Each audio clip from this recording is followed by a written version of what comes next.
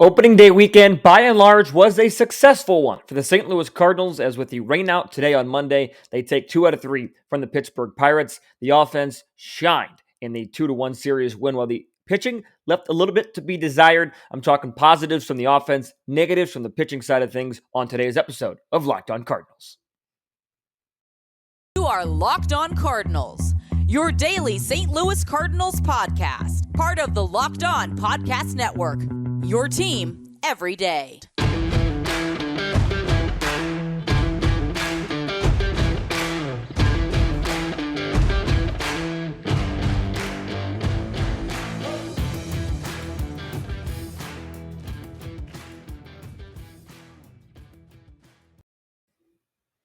Hello and welcome to Locked On Cardinals for Monday, April the 11th of 2022. Today's episode is brought to you by BetOnline. My name is Lucas Smith. Thanks for tuning in today and each and every day that you tune in to the Locked On Cardinals podcast. Thank you for making it your first listen of the day. Opening weekend has officially come and gone for the St. Louis Cardinals, as their game today on Monday has been officially rained out or postponed due to weather, make it up at a doubleheader at a later date this season. I was going to do a post-game recording of the show, but I figured I'd go ahead and get one out now, which is why the tardy on the posting, not early in the morning like usual. But nevertheless, here we are. And it was a good weekend for the St. Louis Cardinals, by and large, when you look at the big picture. Are there things to discuss on the negative side? Absolutely. Are there things to like and to be impressed with from this opening series? Some surprises? Absolutely. It was just so good to see baseball back. Before I get into all of that, I just want to start with how good it was to see baseball back. Because yes, we've had spring training for a little while, and that's been nice to see, to break that down. And while it hasn't been on TV as much as we might have liked, still get to listen to a little bit of it on the radio, still get to watch a little bit of it from reporters sharing videos. But it was officially back. Radio, TV, reporters tweeting about it, coverage on everywhere. It was awesome. Sad I had to miss a lot of it live, just with me being in Wichita, Kansas for a NERSA National Basketball Tournament. Went very well. Was selected to officiate a semifinal game on the men's intramural side. So good weekend overall in Wichita. But happy to be back with you guys talking Cardinal baseball. It was good to see it back for the most part. I saw a lot of packed crowds in the highlights I was watching. Busch Stadium sold out on Thursday, as you are well aware of. And the offense did not disappoint the crowd weekend. We saw some good offensive performances. Yes, I understand that the Cardinals did not perform well in the last 7 innings or so in their game on Sunday. 2 hits in the last 7 innings after a hot start once again. But overall, I talked about on Friday, what would make this a successful weekend for the St. Louis Cardinals? Yes, you want a series win, obviously. But I talked about not just going cold offensively. The Cardinals saw 10 hits and 6 runs on Saturday, and the Cardinals saw 4 runs being scored yesterday. By and large, that is a successful weekend, offensively speaking. And the Cardinals have some hot starts. One of those being Nolan Arenado. I mean, you could not have asked for a better offensive start than you have gotten from Nolan Arenado.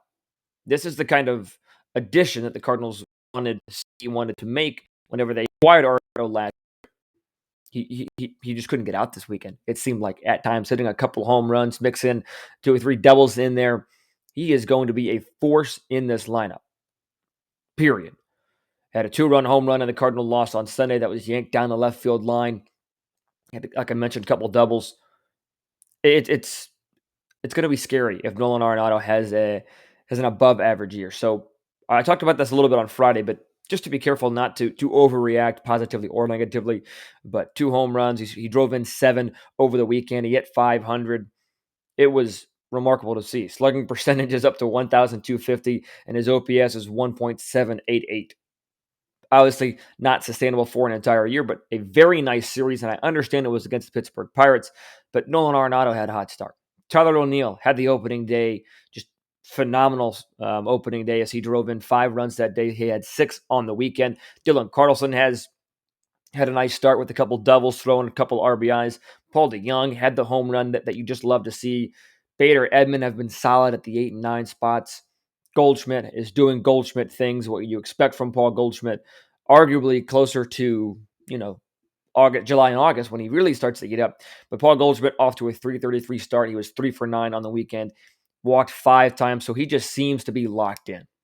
And if Paul Goldschmidt is locked in this early, it's scary to think what he might do for the rest of the season because he's notorious for getting off to slow starts. He just needs a 20 home run season to hit 300 home runs. So I mentioned all these names, and I go kind of quickly through it.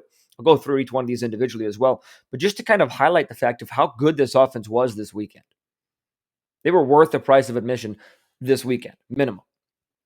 Yes, Pujols wasn't super great. Dickerson was okay. He did have an RBI over the weekend at the DH spot. Yadier Molina struggled. So like I mentioned, there are some negatives to go along with the positives, even on the highly positive offensive side of things. But Nolan Arenado talked about this. Ali Marmol said this on Saturday or Sunday, whenever it was official that he was going to miss another game with the flu. So condolences to him and thoughts and prayers. I hope he gets a speedy recovery. I believe he was supposed to manage today, so hopefully that works out well for him. But nevertheless, Arenado said this. He said this. This is an elite offense. And I'll caveat that by saying when it's healthy and when it's right, it's an elite offense. I think a true elite offense should be elite no matter who's struggling because you have enough pieces to back it up. So we'll see, if O'Neill continues to struggle to get on base, to get the average up to where it was last year. We'll see if this offense can remain elite. But just to go through it, like I mentioned, Nolan Arenado, if he is able to continue his dominance like he did in the first 3 games, that's going to be huge because he went through little mini stretches of this last season, but you still felt there was more in the tank. Even with the 30 home run, 100 RBI season, his OPS was down, his on base was down, his average was down. You still have more in the tank. At least that's what he said. His words, not mine. And then you had the O'Neill opening day home run that just provides an extreme amount of excitement. But I want to talk about Dylan Carlson at the top of this lineup because this lineup, in my opinion, has been searching for a leadoff hitter for some time. And if Dylan Carlson can provide that at the top of the lineup because he's got some power, he's got some speed, because as I've talked about a lot on this show, he's a 5-tool player, just like the outfielders, 2 outfielders to his right, Bader in center and O'Neill in left. But he had a phenomenal weekend, 6 for 10 at-bats. He had 2 RBIs, throwing a stolen base, a walk, struck out 3 times. He had 2 doubles in there as well. There's just a lot to like about Dylan Carlson at the top of him. And if he's able to be comfortable at the top of the lineup, it is just what we talk about a lot. It is a lengthy, long lineup. It's a deep lineup that you have to try and navigate through instead of saying, okay, this person can, this person won't beat me, but this person I can get out, feel pretty comfortable about it. But if you have to go through Carlson, Goldschmidt, O'Neill, Arenado, 1 through 4, that is a scary 1 through 4. And I think the league's going to be put on notice, especially if Carlson can remain as hot as he has been. And if he can be the top of the lineup hitter, that this team needs him to be, it's a scary lineup. If Bader and Edman can continue to find ways to produce at the 8 and 9 slots, then holy cow, is this a long, long, long lineup for the St. Louis Cardinals. Because you want less question marks in the lineup and more punctuations. And the Cardinals this weekend put an exclamation point on the offensive concerns, at least at minimum for 1 weekend. Cardinals go into a series against the Kansas City over the next 2 days. So we'll see what they're able to do against the Royals. Right now, the scheduled pick, according to MLB.com, they will be facing Lynch tomorrow and Zach Greinke on a day game on Wednesday before the Cardinals travel to Milwaukee on Thursday. The Cardinals making a little bit of an adjustment to their starting rotation for the weekend or for the midweek series. Dakota Hudson getting the ball tomorrow and Adam Wainwright getting the ball on Wednesday. Jordan Hicks available out of the bullpen tomorrow. Plan is to still use him as a starter. I don't want to spoil too much of my Kansas City preview series, which will come out tomorrow before the game. But the offense, at least for 1 weekend, was extremely solid. I love what I saw from the offense up and down. Yes, obviously there are some holes. I've talked about those with Molina, Dickerson, Pujols. They weren't super solid. But if DeYoung can continue to find his power stroke, if O'Neill can build off of that opening day, energy and excitement, this is an elite lineup, period.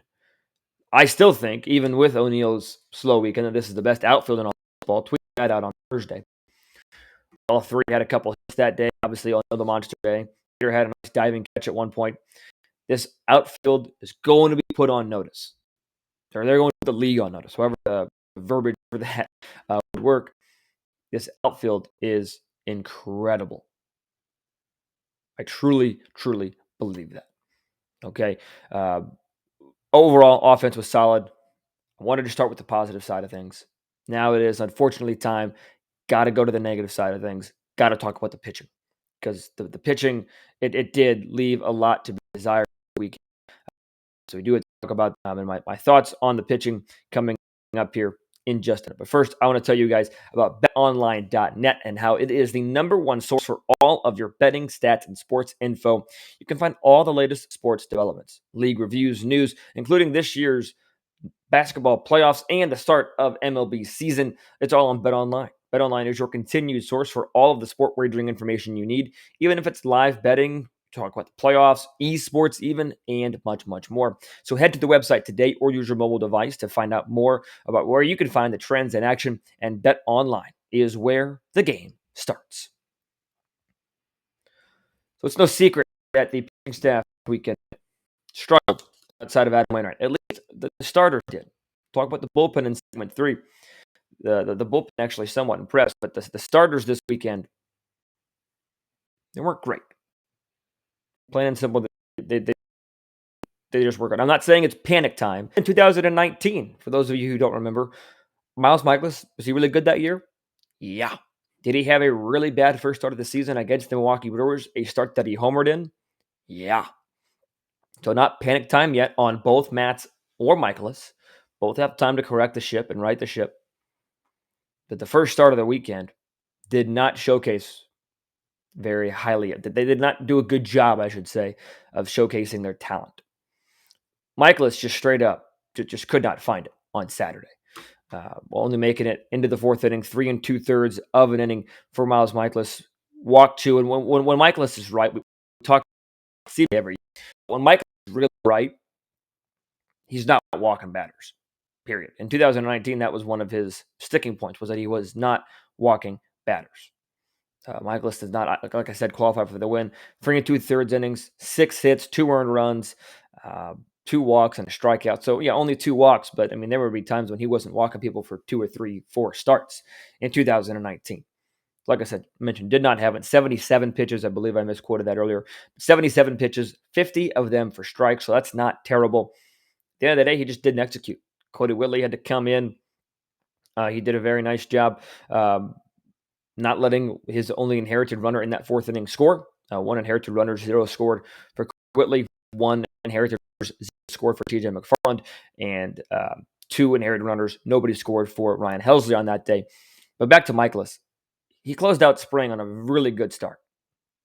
And I get it. Spring training is spring training for a reason. It doesn't matter, and stats are hard to read and hard to look at. But he did close out spring on a positive note. He did have a good spring. I will say that for him. I would probably give him until I start panicking, I guess I should say, I would give him 3 to 4 stars before I just absolutely panic. And then I start saying this is, the contract is already not great. Mikolas could kind of save the back end of the contract for John Mozeliak that he was signed to in the middle of the 2019 season. But there's a little bit of time here that Mikolas can right the ship. Bad start on Saturday. No question about it. I still think that Mikolas has the ability to come back and have a really, really good season, or at least an above average. He doesn't even need to pitch like he did in 2018. 2018 was when he was at his best. I believe I said 19 a little while ago. 18-4, 2.83 ERA in 32 games. I mean, he was just phenomenal that year. And I talk about the walks and everything. His WHIP was 1.07. He walked 29 batters in a total of 200 innings in 2018. You go fast forward to 2019, he only walked 3 more batters, 32, but he only pitched in 184 innings. So 16 and 2/3 of innings less, and you threw 3 more walks. So that's a higher rate, obviously. And then 2021 and 44 and 2/3 of an inning, he walked 11. To this year, 3 2/3, he walked 2. When Miles Mikolas is at his best, he is not walking people. He is throwing strikes. So I'm going to give him a couple more starts before I really panic. And it could be that this contract is straight bad, not good, and just over. Sure. But Miles Mikolas still has time to right the ship. So I talk about these negatives, and I talk about these worries from the pitching perspective, and they're real concerns. They're real worries that we need to monitor, and at some point might need to be ready to address. Some might argue that point is already here, that the Cardinals need to address them now. But at minimum, the Cardinals need to be ready to address them. But there's still time. It's time to be aware. It's time to be cognizant of it. But it's not time to absolutely panic, hit the panic button, and just freak out. No. Even Steven Matz yesterday. I understand that there's a fine line in trying to just always find the positive outlook in life. But I try and remain positive. But even yesterday with Steven Matz, he was not good from the third inning on. He had a really solid first 2 innings of the game yesterday, and then after that, just lost it. Gave up a grand slam in a 5-run third inning for the Pittsburgh Pirates. His final line: 3 innings, 9 hits, 7 earned, 1 walk, struck out 5. But Steven Matz just talking about how he just needs to make pitches.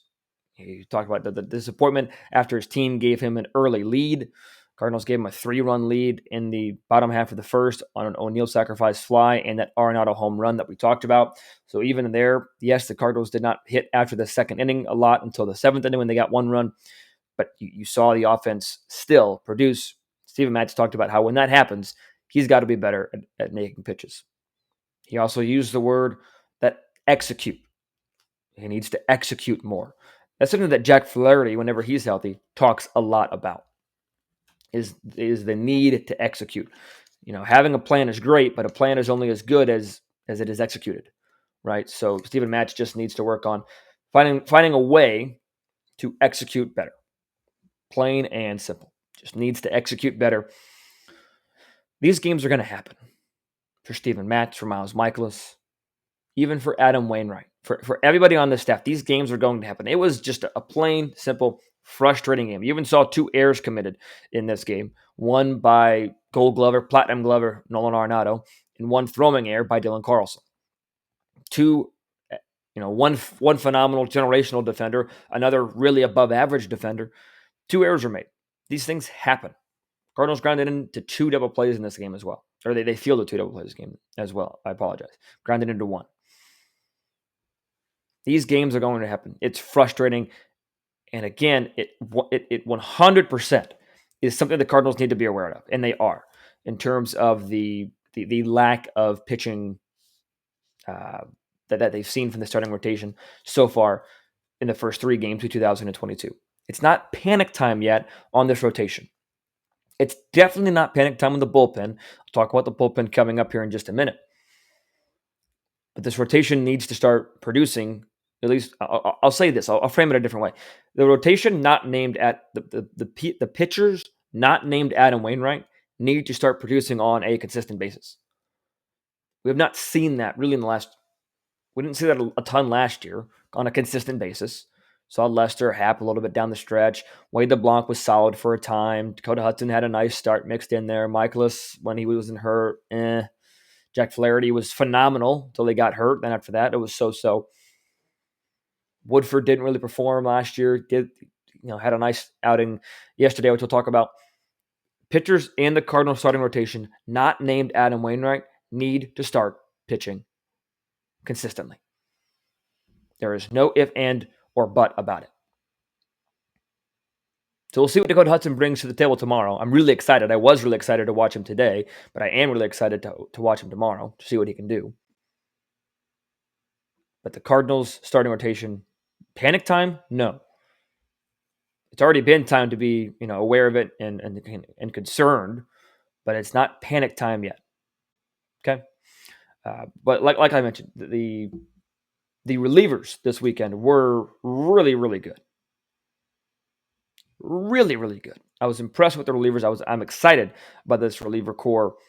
I talked about this a lot in the offseason. They don't have the big names. They don't have the pedigree maybe of some other bullpens like the Milwaukee Brewers, even though they were 1-2 this weekend. So we'll talk about the relievers and my thoughts on their performance this weekend coming up here in just a moment. But first, I want to tell you guys about the best tasting protein bar in the entire market, and that is a Built Bar. Built Bar is the protein bar that tastes like a candy bar. They even have this wonderful product called a Puff. If you haven't tried a Puff yet, you are missing out because Puffs are the first ever protein-infused marshmallow. They're fluffy, they're marshmallowy, they're not just a protein bar, but just like the other protein bars that Built Bar makes, they are covered 100% in chocolate. Yes, 100% real chocolate. They're low calorie, high protein. You can replace your candy bars with these because they're better tasting and they are healthier because most Built Bars contain 130 calories, 4 grams of sugar, 4 net carbs, and 17 grams of protein, while an average candy bar usually has 240 calories, 30 grams of sugar, dozens of net carbs. You don't get a protein with the candy bar. So go to built.com right now, see all the flavors they have available: mint brownie, coconut, double chocolate, coconut almond, and so much more. Go to built.com right now. And if I haven't enticed you enough, be sure to use the promo code LOCKED15. That is LOCKED15 for 15% off your order. One more time, use the promo code at checkout, LOCKED15 for 15% off at built.com. Cardinal was extremely solid for the weekend. 1.26 ERA for the weekend, and I get it. There's only 3 games, but still you have solid bullpen performance over the weekend from the relievers' standpoint. You saw good things from Jake Woodford yesterday. Whitgren is off to a solid start. This bullpen, it's going to benefit from the day off today, don't get me wrong, but this bullpen was good this weekend. You saw really good things from start to finish, and you didn't even get to see really any of the high leverage guys yet. The Cardinals are yet to have a save opportunity. But even let's just go game by game. Talk about yesterday at the end of it. You saw Adam Wainwright, phenomenal opening day, right? Talked about Nick Whitgren, who had a solid debut. Genesis Cabrera, yeah, he walked 2, but struck out 2. He was phenomenal. And Ryan Helsley struck out 1 in a scoreless inning on Thursday. He's off to a scoreless start. So talked about them in depth on Friday's show, so head over there to get my thoughts on the bullpen there and just those 3 guys. I get that. But in the Cardinals' 6-2 win over the Pirates, after Miles Mikolas pitched 3 2/3 of an inning, gave up 2 runs, the bullpen put up a goose egg for the rest of the day. Cody Whitley, who was credited with the win, 1 1/3 inning, scoreless baseball, walked 1. That was it. Other than that, all zeros. Whitgren, 2/3 of an inning, gave up a hit, got a strikeout in there. TJ McFarland with a scoreless inning and 2 hits with a strikeout. And then Ryan Helsley was just filthy phenomenal in his inning and a third of work. He struck out 3. Giovanni Gallegos walked 1, struck out 1 in a scoreless inning. Bullpen made it stick. They were just phenomenal. That's the kind of bullpen you need when your starters has a day like Miles Mikolas. And what makes this bullpen different than last year, even with some similar names in there, let's just take a look at Saturday, for example. You got similar names in there outside of Whitgren that you had last year. But why is the bullpen so much better this year? Because Cody Whitley has a year of seasoning under his belt that he didn't have last year. TJ McFarland was solid last year, but he has that much more experience. He's a little bit more comfortable in a Cardinal uniform now. Ryan Helsley, he has just looked filthy this spring as well as start this season.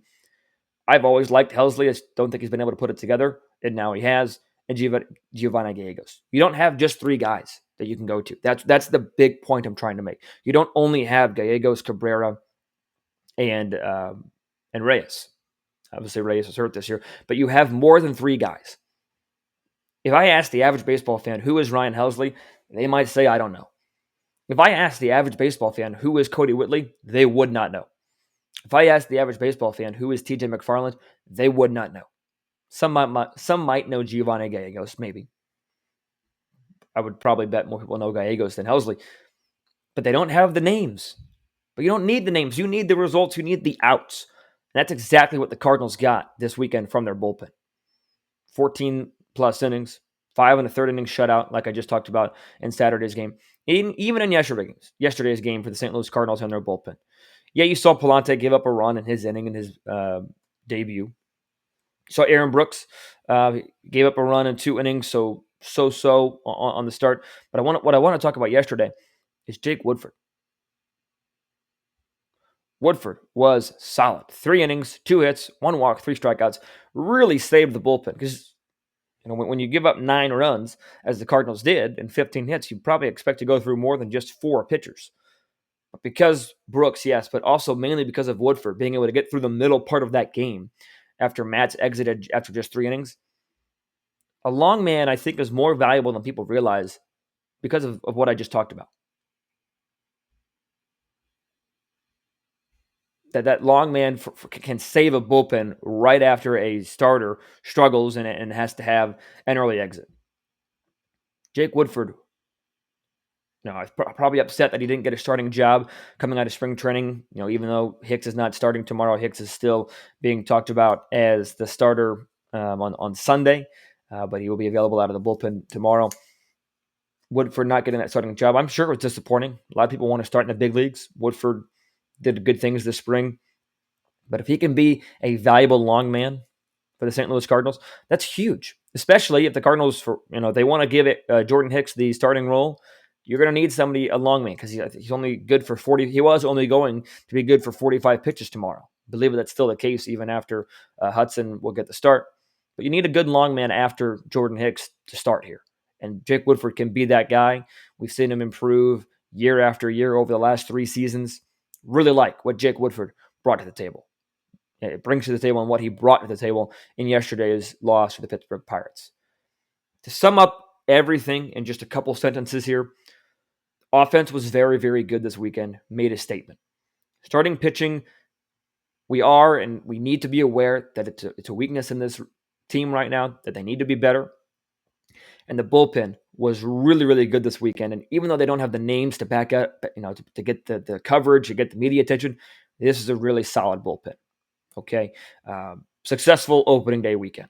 Plain and simple. I don't think there's a question about it. Successful opening day weekend. Period. Yeah, you like to sweep the Pirates. You had a frustrating loss on Sunday, but a successful weekend nonetheless. Take 2 out of 1. You got to win series. That's what baseball comes down to. Got to win series. And the Cardinals won their 3-game series. It should have been a 4-game series, but they won their 3-game set against the Pittsburgh Pirates this weekend. So thank you for tuning in today. Be sure to come back tomorrow as I talk about the Kansas City Royals series. And even though it's a short one, talk about Dakota Hudson, talk about Adam Wainwright, as well as Jordan Hicks as I preview the series tomorrow. A quick little 2-game set against the Kansas City Royals. Thank you for making Locked On Cardinals your first listen of the day. Apologies for the little delay today, but it'll be out bright and early tomorrow morning. Be sure to make Locked On MLB your second listen of the day, or any other Locked On podcast show. It's all great here on the MLB channel. Until I talk to you guys next time, be sure to stay safe, stay well, and have a fantastic rest of your day.